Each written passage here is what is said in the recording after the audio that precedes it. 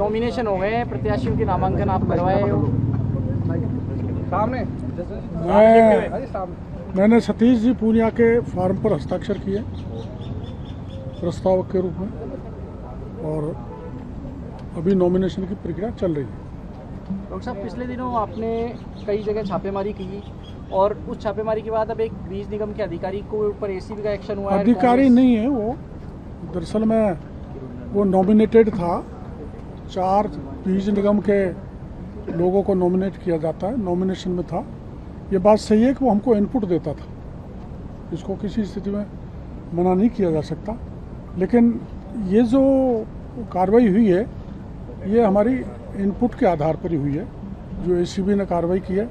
और जो भी दोषी है, और भी मैं प्रशंसा करना चाहूँगा इस सरकार की कि देने वाले को भी पकड़ लिया और लेने वालों को भी हाथ के हाथ रख दिया। इसलिए अद्वितीय कार्य राजस्थान की एसीबी ने किया है, प्रशंसा के पात्र। और मैं मुख्यमंत्री जी से भी कहूँगा और आप चैनल के जरिए एसीबी से भी कहूँगा कि और गहराई में जाकर जो भी ऐसा कॉकस है उसको ख़त्म करें, क्योंकि ये पिछले कांग्रेस के राज से बना हुआ कॉकस है। इसलिए कांग्रेस के भाइयों की और विपक्षियों को भी इस पर आपत्ति हो रही है। गोविंद डोटासरा तो कह रहे हैं कि कृषि मंत्री के साथ ये व्यक्ति छापेमारी नहीं, वो तो मैं कहता हूँ, तो मैंने कहता हूँ इनकी सूचना पर हम छापे मारे कार्रवाई करते थे। मैं कम मना कर रहा हूँ, उसकी सूचना इनपुट बहुत लोग देते हैं, तो इनपुट देने वाला ही उसमें लिप्त हो गया तो उसकी जानकारी हमने एजेंसीज को दे दी, जिस पर कार्रवाई होगी। डॉक्टर जी 500 करोड़ के आरोप लगा रहे हैं कि मिली बसेस चल रहा था। तो 500 करोड़ के 1000 करोड़ का लगा है, उनको डेमोक्रेसी आरोप लगाने का अधिकार है। लेकिन मैं कह तो रहा हूँ 500 करोड़ का हो, 1000 करोड़ का हो, 50 करोड़ का हो, 100 करोड़ का हो, एसीबी गहराई से जांच करेगी और जो भी माफिया है जो कांग्रेस के शासन में पनप गए थे उनकी कमर तोड़ेगी। अच्छा, वो नहीं, उनका डोटासरा जी कहना है कि ये इनके घर 1.5 करोड़ से ज़्यादा की संपत्ति मिली है, नकदी मिली है। इसके अलावा आप देख सकते हो ये पैसा कहाँ तक ऊपर तक जाता होगा, क्या वो आरोप लगा? देखो मेरी बात सुनो, मेरा तो तिल मात्र ये पैसे लेने देने की बीमारी में हूँ नहीं। मैं तो वो व्यक्ति हूँ जो 85 में रिश्वत वापस कराने के लिए पुलिस की गोलियों के सामने खड़ा हो गया था। मैं जीवन भर भ्रष्टाचार के खिलाफ लड़ा हूँ। और मैं ये भी कहना चाहूँगा, मेरा तिल मात्र भी कहीं इन्वॉल्वमेंट मिल जाए तो मैं एसीबी को कहना चाहता हूँ, मैं कानून के हवाले अपने आप को करने के लिए तैयार हूँ। एक अशोक गहलोत जी को 25 सितंबर याद आ रही है, वो कह रहे हैं कि वो राष्ट्रीय अध्यक्ष बनने वाले थे लेकिन उनके खिलाफ षड्यंत्र किया। छोटी लाइन बड़ी लाइन याद। उस बारे में मैं कुछ नहीं कह सकता, उनका आपस का कांग्रेस का मामला है, उनकी लड़ाई पहले से रही है और अब और आगे ज़्यादा बढ़ने वाली है। वो ऐसे ही लड़ते रहेंगे, खुद पदों के लिए, जनता के लिए नहीं लड़ेंगे। मैं और हमारी पार्टी जनता के लिए कृत संकल्प है।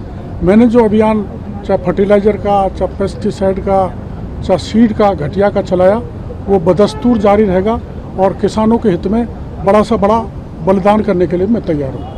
लेकिन पॉलिटिकली वो काफ़ी अलग तरीके से बयान देते हैं, क्या मायने निकाले जाए उनके इस बयान की? क्या वो राजनीति में, कांग्रेस में प्रासंगिक हैं या वो कुछ और कहना चाहते हैं या सचिन पायलट को रोकना चाहते हैं? क्या है, क्या बात आपस में एक दूसरे को रोकने की ये बयानबाजी है, जहाँ तक मैं समझ पाया हूँ।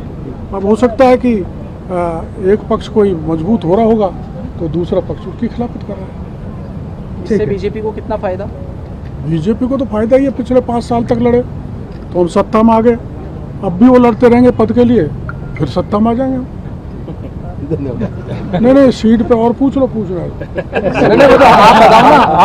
आप बताओ ना, सीट में आखिर ऐसा क्या है कि 15 करोड़ के नकली बीज आ गए और उसके बिल, उसके ऊपर कार्रवाई रोकने के लिए? देखो ऐसा है, मैं निकला था पहला, मैंने गोविंदगढ़ के अनंतपुरा में नकली बीज, क्योंकि अब सीजन चल रहा है अपना मूंगफली की बुआई का, तो प्रिकॉशनरी दृष्टि से मैंने ये कार्रवाई की थी कि भाई नकली बीज किसानों के पास नहीं जाए।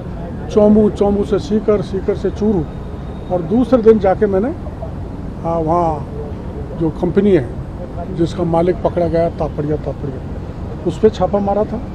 हमने बराबर कार्रवाई कर रखी है, किसी को किसी प्रकार का कोई रिलैक्सेशन नहीं दिया।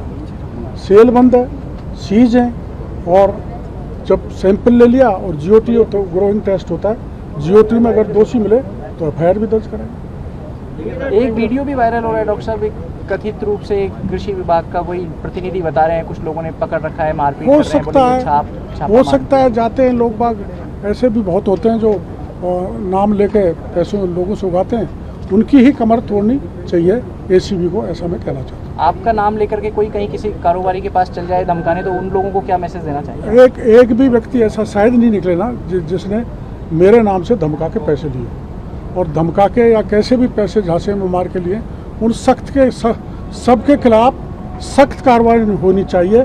और कहीं तिल मात्र भी मेरा कनेक्शन मिल जाए, इन्वॉल्वमेंट मिल जाए, तो मैं गिरफ्तारी देने के लिए तैयार हूँ। गिरफ्तारी नहीं, मैं मंत्री पद छोड़ने के लिए तैयार हूँ। कुछ लोग आपकी छवि खराब करने के लिए इस तरह की हाँ, कोशिश करते यही लग रहा है कुछ छवि खराब करने की दृष्टि से ये जो है आयोजन किया गया।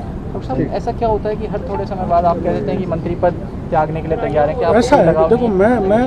मैं इसलिए कह रहा हूँ कि मैं जीवन भर भ्रष्टाचार के खिलाफ लड़ा, और डोटासरा जी जैसे विरोधी लोग मेरे पर आरोप लगा रहे हैं। मैं इस आरोप को बर्दाश्त नहीं कर सकता, इसलिए मैंने आपको ऐसा कहना पड़ा। और डोटासरा जी के पास प्रमाण है, वो कह रहे हैं 20-20 लाख सीकर से लिए हैं। डोटासरा जी के पास प्रमाण है तो वो एसीबी को दें ताकि उनके खिलाफ कार्रवाई हो, और मेरे खिलाफ है तो मेरे खिलाफ भी प्रमाण एसीबी को दे।